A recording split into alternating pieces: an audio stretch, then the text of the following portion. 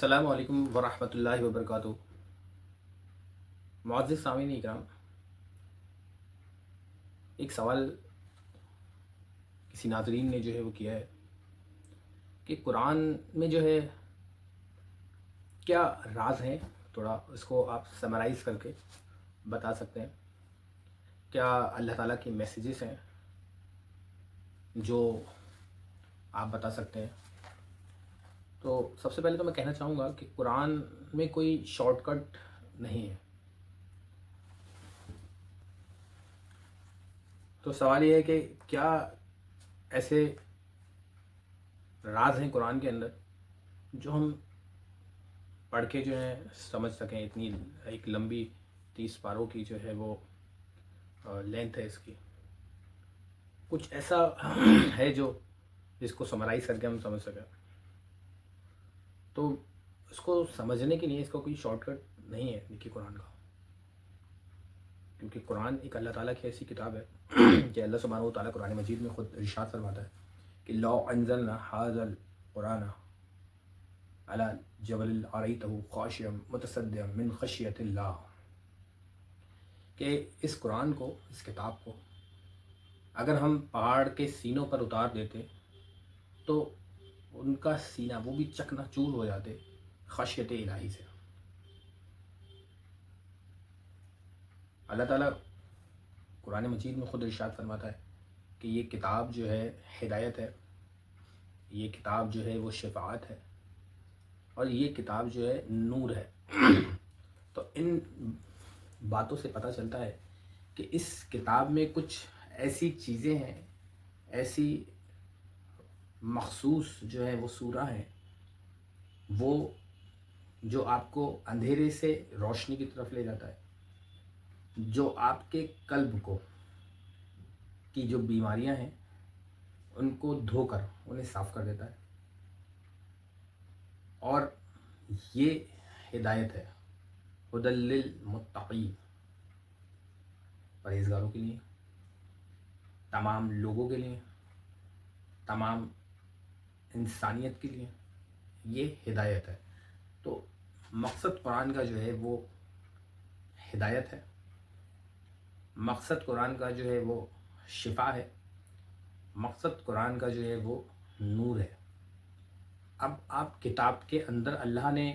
کیا حکم دیے، اللہ تعالیٰ نے کیا چیزیں اس میں بیان کری ہیں، if you want me to summarize it, تو یہ سمرائز کرنے کی چیز نہیں ہے، لیکن جو اس میں ٹاپکس ہے، جو اس میں میجر ٹاپک ہے، سب سے اہم اس کا حکم ہے، وہ ہے توحید۔ قرآن نازل کہاں ہوا؟ مکہ معظمہ میں نازل ہوا ہے، مدینہ منورہ میں نازل ہوا ہے۔ تو مکہ معظمہ میں نبی کریم صلی اللہ علیہ وآلہ وسلم پر جو آئے مبارکہ جو ہیں وہ نازل ہوئی ہیں، اس کے پیچھے کا مقصد جو تھا وہ یہی تھا کہ رسول کریم صلی اللہ علیہ وآلہ وسلم کو حکم دیا جاتا تھا کہ آپ بتا دیجئے ان لوگوں کو، جو لوگ مشرکین ہیں، جو لوگ کافرین ہیں، جو لوگ بے حیائی کرتے ہیں، جو لوگ بری باتوں میں مبتلا ہیں، جو لوگ اپنے رب سے نہیں ڈرتے ہیں، جو لوگ اللہ کو چھوڑ کر، جو لوگ اللہ کو چھوڑ کر غیروں سے مدد مانگتے ہیں، جو اللہ کی وحدانیت کو نہیں مانتے، جو نبی کریم صلی اللہ علیہ وآلہ وسلم کے ارشادات ہیں ان کو نہیں مانتے، تو قرآن نے جو ہے ان لوگوں کو ایڈریس کیا ہے، کفار کو ایڈریس کیا ہے، مشرکین کو ایڈریس کیا ہے، ڈس بلیورز کو ایڈریس کیا ہے، اور ان لوگوں کو ڈرانے کے لیے قرآن جو ہے ایک ڈر سنانے والی کتاب ہے۔ نبی کریم صلی اللہ علیہ وسلم کو اللہ نے بشیروں و نذیر بھی کہا ہے کہ حضور صلی اللہ علیہ وسلم بشارت سنانے والے بھی ہیں اور ڈر سنانے والے بھی ہیں۔ حضور پاک صلی اللہ علیہ وآلہ وسلم بتانے والے ہیں ان لوگوں کو جو بہت بتوں کی پوجا کرتے تھے، مشرکین مکہ تھے اور کفار جو تھے، وہ لوگ اللہ کو نہیں مانتے تھے، اللہ پہ ایمان نہیں رکھتے تھے، تو اللہ نے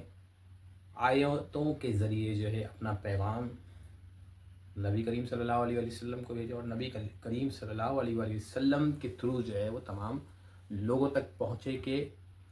اللہ ایک ہے، اس کے سوا کوئی عبادت کے لائق نہیں ہے۔ تم جن بتوں کو پوجتے ہو وہ تمہیں نہ کوئی نفع دے سکتے ہیں، نہ کوئی نقصان پہنچا سکتے ہیں، اور کل قیامت کے دن جو ہے جن لوگوں کو تم پوجتے ہو، جن کی تم عبادت کرتے ہو، جن سے تم مدد مانگتے ہو، جن کے آگے تم کھڑے ہوتے ہو، کل قیامت کے دن وہ لوگ اس چیز سے بالکل انکار کر دیں گے کہ تم نے ان کو بہکایا تھا۔ تو توحید جو ہے وہ اس کا پہلا وہ ہے مین ٹاپک یا سبجیکٹ کہہ سکتے ہیں قرآن کا۔ سبجیکٹ قرآن کا توحید ہے، اور توحید سے ریلیٹڈ اللہ سبحانہ و تعالیٰ نے ڈر سنانے کی چیز ہے، کل قیامت کا اس میں بیان ہے کہ اللہ نے جو ہے وہ نبی کریم صلی اللہ علیہ وسلم کو بھیجا ہے، اس لیے بھیجا ہے کہ وہ بتا دیں کہ اللہ ایک ہے، اور میں محمد مصطفیٰ صلی اللہ علیہ وآلہ وسلم اس کے رسول ہیں، پیغمبر ہیں، محبوب ہیں، حبیب ہیں، اور اللہ نے انہیں چن لیا ہے۔ تو توحید جو ہے وہ اس میں ہے۔ توحید سے ریلیٹڈ قرآن میں اللہ تعالیٰ نے نبیوں کے ذکر کیے، ان نبیوں کی امتوں کے بھی ذکر کیے، ان نبیوں کی دعوتوں کے بھی ذکر کیے کہ انہوں نے کیسے دعوت دی ہے، جب ان کو دعوت دینا تھی لوگوں کو، جب انہیں اللہ کے حکم کو لوگوں تک پہنچانا تھا تو ان کے ساتھ کیا چیلنجز تھے، یہ نبی کریم صلی اللہ علیہ وسلم کو بتایا ہے۔ ان کے ساتھ کیا معاملے ہوئے جب ان کی امتوں نے جو ہے اس پیغام کو نہیں مانا، اپنے نبی کی، اپنے رسول کی جو ہے وہ پیروی نہیں کی، تو ان کے کیا انجامات ہوئے ہیں اللہ نے وہ بتایا۔ اور انہی چیپٹرز میں، انہی سورہ میں اللہ سبحانہ و تعالیٰ نے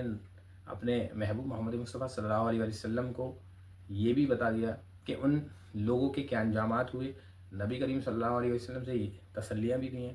اور نبیوں کے ذکر بھی کر دیے ہیں، ان کے مرتبے بھی اللہ نے بیان کر دیے ہیں، اور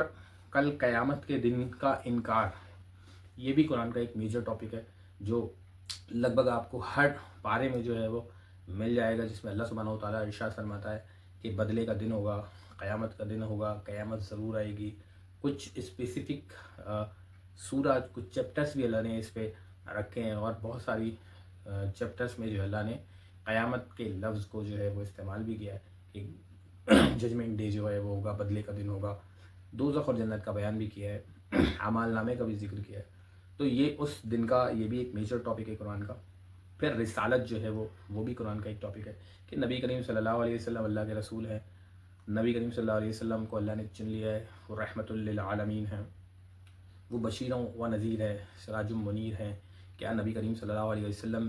سے ملنے کے آداب ہیں، کیا حضور پاک صلی اللہ علیہ وآلہ وسلم کے نام لینے کے آداب ہیں۔ تو رسالت بھی جو ہے اس میں ایک میجر چیپٹر ہے، ملائکہ کا بھی اس میں ذکر ہے، اور جو پرانی کتابیں ہیں، جو اور ریلیجن ہیں، جو اور نبیوں سے ملتے ہوئے، عیسیٰ علیہ السلام، بنی اسرائیل، ابراہیم، خلیل اللہ، اسماعیل، ذبیح اللہ، یونس علیہ السلام، یوسف علیہ السلام، داؤد علیہ السلام، سلیمان علیہ السلام، یحییٰ علیہ السلام، زکریا علیہ السلام، اسحاق علیہ السلام، ہود علیہ السلام، آدم علیہ السلام، اور دیگر انبیاء اکرام کے بھی اس میں نام موجود ہیں۔ یہ ایک دوسرا ٹاپک ہے کہ قیامت کا اس میں ہے، تیسرا رسالت کا اس میں ذکر ہے۔ اب جو بات آتی ہے وہ ایک قرآن کا میجر ٹاپک ہے، جو آپ کو لائف اپنی اسپینڈ کرنی ہے، جو سوشل اور مورل ایسپیکٹس ہیں وہ بھی اس میں موجود ہیں کہ آپ کو لوگوں سے کیسے ٹریٹ کرنا ہے۔ ایک لا کمپلیٹ جو ہے وہ قرآن کے اندر موجود ہے، جو آپ شریعت مطہرہ جسے ہم بولتے ہیں، رسول کریم صلی اللہ علیہ وآلہ وسلم کی احادیث و مبارکہ اور قرآن کی آیتوں سے جو ہے وہ ملا کر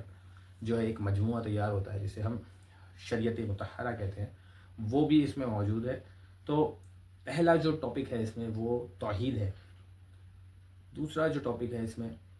وہ قیامت کا ذکر ہے، تیسرا ٹاپک اس میں رسالت ہے، چوتھا ٹاپک اس میں یہ ہے کہ آپ کو اپنی زندگی جو ہے وہ کس طرح سے گزارنی چاہیے، جیسے اللہ نے آپ کو دنیا میں بھیجا ہے، جسم لے کے، یہ جان لے کے، جس مقصد کے ساتھ آپ کو بھیجا ہے، جس طرح اللہ نے آپ کو یہ جان دی ہے نا، اسی طرح اللہ کو آپ کو لوٹانی ہے۔ تو قرآن کے اندر جو مجموعہ ہے وہ ان ساری چیزوں کا ہے، اور بہت سارے جو ہے اللہ تعالیٰ نے اس میں ہر ایک چیز کا جو ہے اس میں جو ہے ذکر اللہ نے فرما دیا ہے۔ بس قرآن کو پڑھنا کس طرح سے ہے، جس طرح آپ جس نیت سے قرآن کو پڑھیں گے انشاءاللہ اسی طریقے سے جو ہے وہ آپ کو قرآن کے اندر جو ہے وہ رپلائی اور رسپانس اور جوابات جو ہیں وہ ملیں گے انشاءاللہ الکریم۔ تو پہلے آپ اس چیز کو سمجھیے کہ قرآن جو ہے وہ نازل کیوں ہوا ہے۔ مشرکین تھے، ان لوگوں پہ کوئی نبی نہیں آئے تھے، ان لوگوں کی زندگی جو ہے وہ جہالت میں گزر رہی تھی، بتوں کی پرستش میں گزر رہی تھی، کفار کافر تھے، بہت سے ایتھیسٹ تھے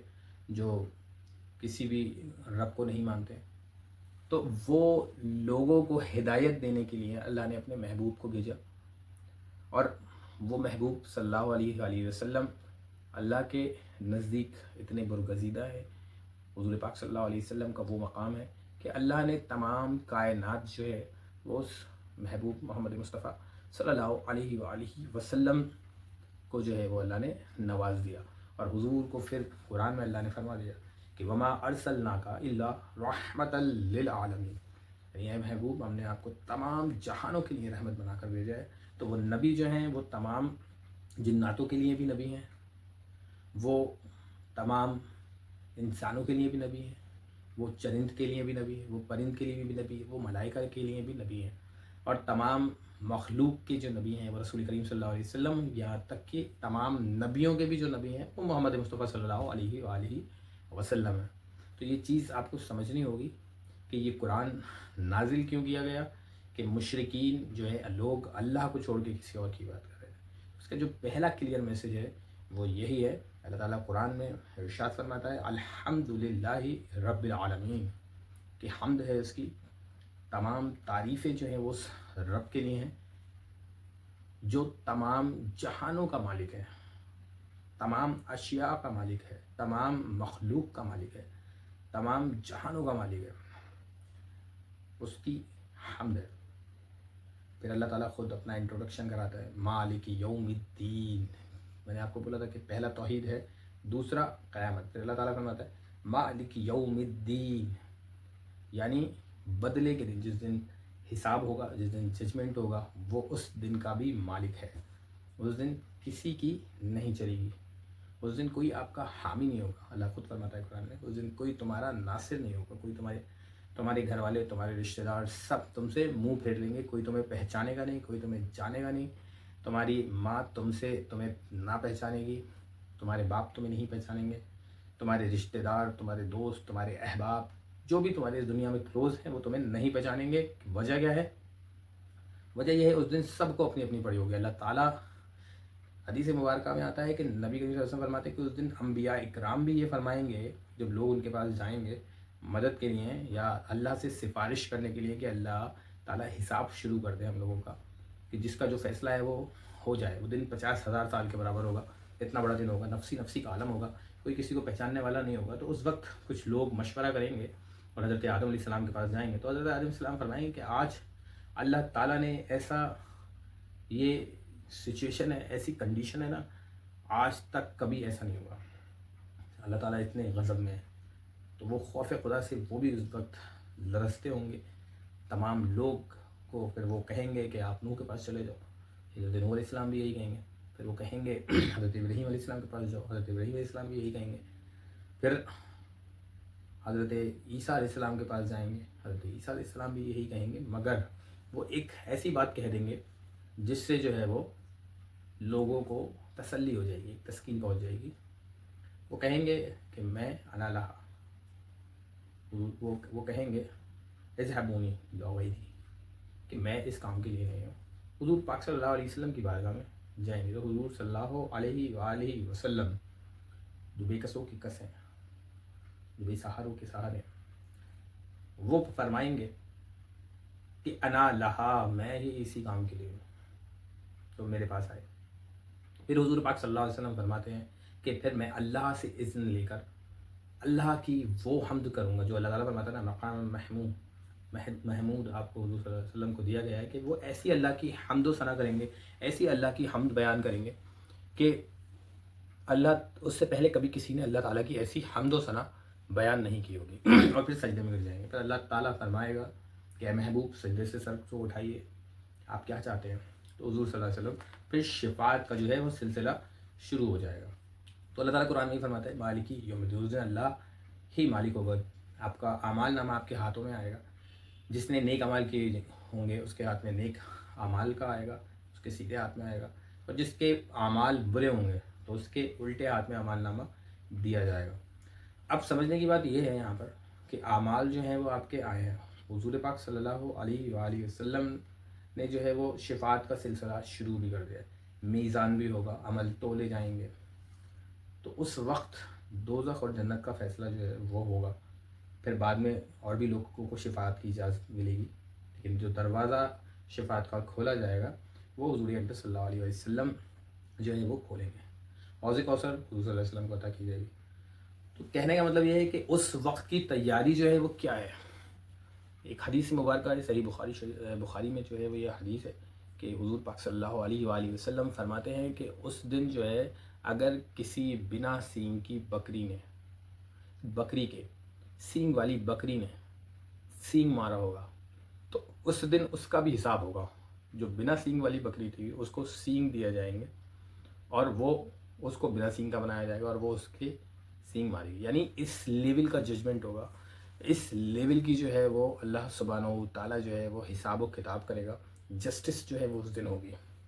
تو کہنے کا مطلب یہ ہے کہ ذرہ برابر بھی اگر کوئی گناہ ہے، کسی کا دل دکھایا ہے، کسی کا مال آپ نے لے لیا ہے، کسی کا حق مار لیا ہے، کسی کی کوئی چیز آپ نے لے لی ہے، امانت میں کوئی خیانت ہوئی ہے، یا یہ تو لوگوں کی نظروں میں چھوٹے گناہ ہیں، غیبت، شرک، بدتمیزی، بدگوئی، بے حیائی، بری باتیں، دل شکنی، غیبت، چغل خوری، یہ جتنے بھی گناہ ہیں وہ سب اس دن کھول دیے جائیں گے، سوائے ان کے جو تمہارے بخش دیے گئے۔ تو ایک ایک چیز کا ذرے ذرے کا جو ہے وہ حساب آپ کو دینا پڑے گا۔ یہ قرآن کا حکم ہے، نبی کریم صلی اللہ علیہ وسلم کی احادیثیں ہیں کہ اس دن جو ہے نفسی کاروں کوئی کسی کی نہیں سنے گا۔ تو اللہ تعالیٰ سے یہ ڈرتے رہیں، اور یہ پورا قرآن آپ جب پڑھیں گے نا، ہر تھوڑی سی آیتوں کے بعد ایک دو چیپٹرز کے اندر جو ہے وہ ہر ایک آدھ چیپٹر کے اندر آپ کو جو ہے وہ قیامت کا ذکر ضرور ملے گا۔ تو قیامت اسی لیے اللہ تعالیٰ ڈرا رہا ہے کہ یہ دنیا میں تم آئے ہو، یہاں تم فری ول سے ہو، تمہارے پاس اللہ نے تمہیں مختاری دی ہے، اللہ نے تمہیں جینے کی اجازت دی ہے، تم آزاد ہو، تو نیک عمل کرو، جو اللہ نے حکم دیا ہے نا اس حکم کے مطابق جو ہے وہ عمل کرو۔ اگر تم اس کے مطابق عمل نہیں کرتے ہو، چھوٹی سے چھوٹی چیز بھی، تمہارے گناہ جو ہیں وہ لکھے جاتے ہیں، وہ لکھے جا رہے ہیں، وہ سب وہاں اوپن ہو جائیں گے۔ یہاں تم ایک سی سی ٹی وی تمہارے اوپر لگا رکھا ہے، بعد میں سب کچھ کھول کے تمہارے سامنے آ جائے گا، پھر تم شرمندہ ہو گئے، اور وہ گناہ جو ہیں وہ تمہارے سامنے آ جائیں گے، مال تم نے جمع کیا ہے، زکوٰۃ نہیں دی ہے، سب اللہ دیکھ رہا ہے، سب کچھ تمہارا ریکارڈ ہو رہا ہے، اینڈ وہ دن جب آئے گا تو سب کچھ تمہارے سامنے اوپن ہوگا اور تم سے اس کا حساب پوچھا جائے گا۔ تو یہ قیامت جو ہے وہ ایک اس کا ٹاپک ہے، ایاک نعبد و ایاک نستعین، کہ اے اللہ ہم تیری ہی عبادت کریں اور تجھ سے ہی مدد مانگیں۔ یہ دعا بھی ہے، ریکویسٹ بھی ہے، اور جو مسلمان ہیں، جو مومن ہیں، جو اللہ پہ ایمان رکھتے ہیں، ان کے لیے جو ہے یہ ایک بہت بڑی خوبی بھی ہے کہ وہ کہتے ہیں کہ یا اللہ ہم تیری عبادت کرتے ہیں۔ عبادت صرف یہی نہیں کہ آپ نے نماز پڑھی یہی عبادت ہے، آپ نے دعا کی وہ بھی عبادت ہے، یہ دنیا میں آپ اللہ تعالیٰ نے جو جائز آپ کو کام کے حکم دیے نا وہ سب بھی عبادت ہے۔ اپنے بھائی کو مسکرا کے دیکھ لینا یہ بھی عبادت ہے،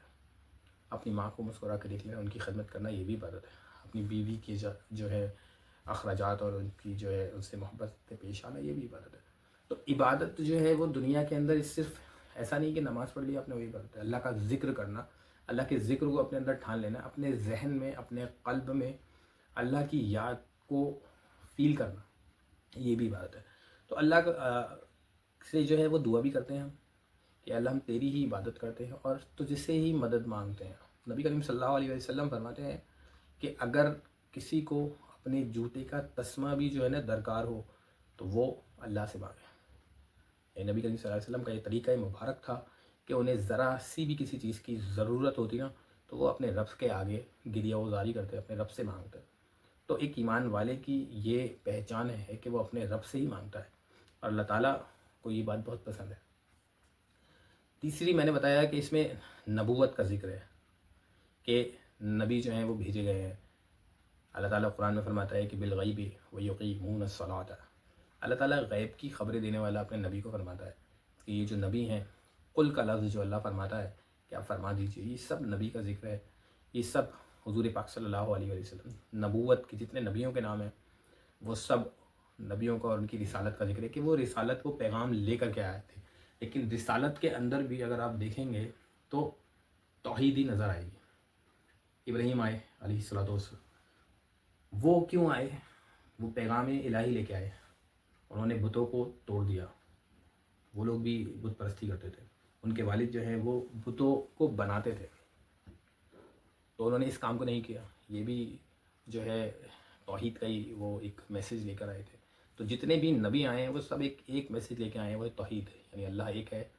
اور رسول پاک صلی اللہ علیہ وسلم جو ہیں وہ اللہ کے رسول ہیں. عیسیٰ علیہ السلام بھی وہی میسیج لے کے آئے تھے. ابراہیم علیہ السلام، یعقوب علیہ السلام، سلیمان علیہ السلام، یحییٰ علیہ السلام، داؤد علیہ السلام، زکریا علیہ السلام، آدم علیہ السلام، نوح علیہ السلام، ان سب کے جن کے ذکر ہیں قرآن میں، یونس علیہ السلام، یوسف علیہ السلام، یعقوب علیہ السلام، حضرت ایوب علیہ السلام، داؤد علیہ السلام، یہ جتنے بھی نبی آئے ہیں، جتنے بھی رسول آئے ہیں، وہ صرف یہی پیغام لے کے آئے اور پھر ایک شریعت لے کے آئے. قرآن جو ہے وہ پھر میں نے آپ کو بتایا کہ وہ ایک اس میں ایک لا ہے، پوری ایک شریعت ہے کہ how to spend your, how to interact with your childrens, how to treat with your parents, how to behave with your family members, how to behave with your relatives, kya what is your rights in Islam, what is your children's right in Islam, what is your parents right, what is your wife right, ان لوگوں کے کیا وہ rights ہیں، ان لوگوں سے آپ کو کیسے ٹریٹ کرنی ہے. عورتوں کے لیے اسپیسیفک ایک سورہ اللہ تعالیٰ نے اتاری ہے، کوئی آدمیوں کے لیے سورہ نہیں ہے، لیکن اللہ نے عورتوں کے لیے اسپیسیفک ایک سورہ جو ہے وہ قرآن میں سورہ نساء جو ہے وہ رکھی ہے. اور سورہ نور بھی جو ہے وہ بھی عورتوں کے اوپر جو ہے اس میں ان کو کیسے رہنا ہے، ان کو کس اسٹینڈرڈ کے ساتھ جو ہے اپنی لائف اسپینڈ کرنی ہے، ان کو کیسے جو ہے وہ بیہیو کرنا ہے، ان کے ساتھ انہیں کیسے اپنے آپ کو کیری کرنا ہے، لوگوں کے سامنے کیسے آنا ہے، اور کیا ان کے حقوق ہیں، یہ بھی اللہ تعالیٰ نے بیان فرمایا. تو اگر آپ اس میں سمجھنا چاہیں کہ قرآن میں کیا کیا چیزیں ہیں تو توحید ہے، رسالت ہے، اور اسلام پورا اس کے اندر ہے، کیا اسلام کے جو ٹیچنگس ہیں یہ سب اس میں ہے، اور قیامت کا ذکر ہے. 2 میجر اسپیکٹ ہیں اس میں، ایک توحید، رسالت اور قیامت کا دن. قیامت پہ اتنا زور اس لیے دیا گیا ہے کہ بندہ دنیا میں جو آیا ہے نا تو وہ سب اس کا ریکارڈ ہو رہا ہے، تو اس کو بار بار ریمائنڈ کرایا رہا ہے کہ now you are under surveillance. کل کو اس کی ریکارڈنگ جو ہے وہ تمہارے سامنے پیش کر دی جائے گی. جگہ جگہ آپ نے دیکھا ہوگا نا لگا ہوتا ہے کسی بلڈنگ میں، اور یہاں وہاں کیوں لگاتے ہیں وہ؟ اس کے پیچھے ریزن یہ ہوتا ہے کہ اس کو بتایا جاتا ہے کہ کیونکہ انسان جب اس کو پتہ ہی نہیں ہے تو وہ کچھ بھی کر سکتا ہے نا. اسے پتہ ہی نہیں ہے کہ میری کوئی چیز ریکارڈ ہو رہی ہے، تو whatever you want to do he can do. But جب اسے پتہ ہوتا ہے نا کہ یو آر انڈر CCTV یا you are under surveillance, CCTV surveillance, آپ نگرانی میں ہیں کیمرے کی، تو اس کو کیا ہوتا ہے نا وہ ریمائنڈ ہوتا ہے. تو وہ کیسے چلتا ہے پھر؟ الرٹ ہو کے چلتا ہے، کوئی ایسی حرکت نہیں کرتا ہے جس سے اسے یہ چیز جو ہے وہ نقصان دے، یا اسے یہ چیز جو ہے وہ آگے جا کے پریشانی بنے، یا کچھ لیگل نہیں کرتا ہے، یا کچھ ایسا ان اتھینٹک نہیں کرتا ہے، یا کچھ ایسا الیجیٹیمیٹ نہیں کرتا ہے. تو کہنے کا مطلب یہ ہے کہ اللہ تعالیٰ قرآن میں بار بار یہ چیز ریمائنڈ کراتا ہے، ایک تو اللہ ایک ہے، توحید پہ رہنا ہے، نبیوں کے ذریعے، سب کے ذریعے عذاب کے بارے میں اللہ تعالیٰ بتاتا ہے، اور پھر جو نماز ہے، ارکان ہے، ان سب چیزوں سے بچنے کے لیے اسے کیا کرنا ہے، وہ سب چیزیں بھی قرآن میں. تو آئی ہوپ اس بات کا آنسر آپ کو مل گیا ہوگا جنہوں نے بھی کوشچن کیا ہے. تو انشاءاللہ ہم لوگوں کو دعا کرنی چاہیے کہ اللہ تعالیٰ ہمیں، اسی لیے میں لوگوں سے ریکویسٹ بھی کرتا ہوں ہر بار جب بھی کوئی ویڈیو بناتا ہوں تو میں بچوں کو، بڑوں کو، سب کو یہی ریکمینڈ کرتا ہوں، اور میں خود بھی اس پہ عمل کرتا ہوں کہ قرآن کو ایٹ لیسٹ ہم لوگ تفسیر اور ترجمے کے لحاظ سے جو ہے وہ پڑھیں، اور کسی معزز شخصیت کا جو ہے ترجمہ پڑھا جائے. آپ کنز الایمان جو ہے وہ بہت معزز شخصیت ہے، امام احمد رضا خان فاضل بریلوی رحمۃ اللہ علیہ، ان کا ترجمہ ہے بہت خوبصورتی سے، بہت ادب و احترام کے ساتھ، اور جو ایکچوئل میں کلیئر میسیج ہے وہ آپ کے سامنے انشاءاللہ آئے گا. تو آپ لوگ قرآن پڑھیے، جس زبان میں بھی پڑھنا چاہتے ہیں اس زبان میں پڑھیے، لیکن ایٹ لیسٹ آپ کو پتہ ہونا چاہیے کہ اللہ نے قرآن نازل کیوں کیا ہے، اور قرآن میں جو ہے وہ اللہ سبحانہ و تعالیٰ نے کیا میسیج دیا ہے، وہ ایٹ لیسٹ آپ کے پاس پہنچنا چاہیے. تو اللہ تعالیٰ سے دعا ہے کہ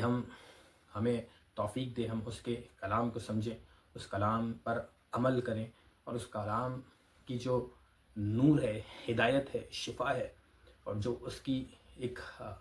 کشش ہے وہ اللہ تعالیٰ ہمارے دلوں میں اتارے، اور ہمیں صراط المستقیم پر چلنے کی توفیق دے، اور دنیا میں ہمارا ایمان سلامت رکھے، اور جب دنیا سے جائیں تو اللہ تعالیٰ ہمارے دین کو ہمارے ساتھ بھیجے اور اس سے سلامت رہے، اور کل قیامت کے دن اللہ تعالیٰ ہمیں رسوا ہونے سے محفوظ فرمائے اور ہمارے گناہوں کو محفوظ عطا فرمائے۔ ربنا تقبل منا انک انت السمیع العلیم علیہ وصحبہ الکریم سبحان ربک رب العزۃ عما یصفون وسلام علی المرسلین والحمد للہ رب العالمین برحمتک یا ارحم الراحمین۔